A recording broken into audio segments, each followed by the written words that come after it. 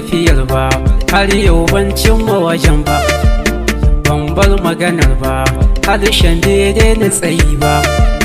Ban san me za ya faru da yau, ban san kuma gobe ba. Ban canja kala ba, ban san maganar da ake ba. Ba dan akasi ba, da ban tono maganar ba. Ban san me za na ce kuturu ya taka kaya ba.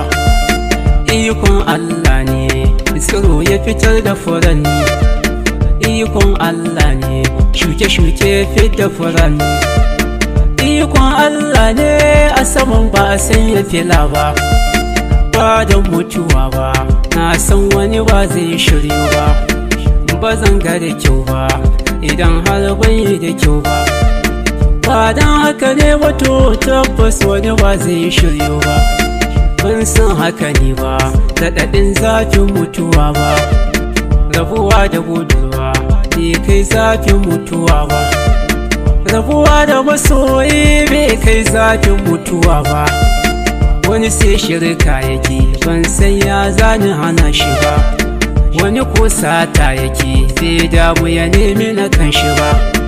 Wani na nema ya sa da abin da ba za ni iya shi ba. Duniya labari, wasu na kuka wasu dariya. Wasu na ta hayaniya, wasu na fama da ɗawainiya. Wasu sai su shigo su sace ka yadda ba za ka bin su ba. Zamanin nan yanzu duniya ta canja kamanni. Wani tauye ma'auni aka aika danna haƙin wani. Ka danna haƙin wani kuma Allah bai ce ayyaba. Ba zai kyale ka ba domin bai ce maka kai ba. Ba za ka tsane ni ba domin ba ni faɗa ba. Ba za ka saka ni in yi abin da ba zan iya yin shi ba. Ba za ka iya ba domin ba ni na faɗa ba. Kabir ne M Sa'ad, suna na ai bai ɓuya ba.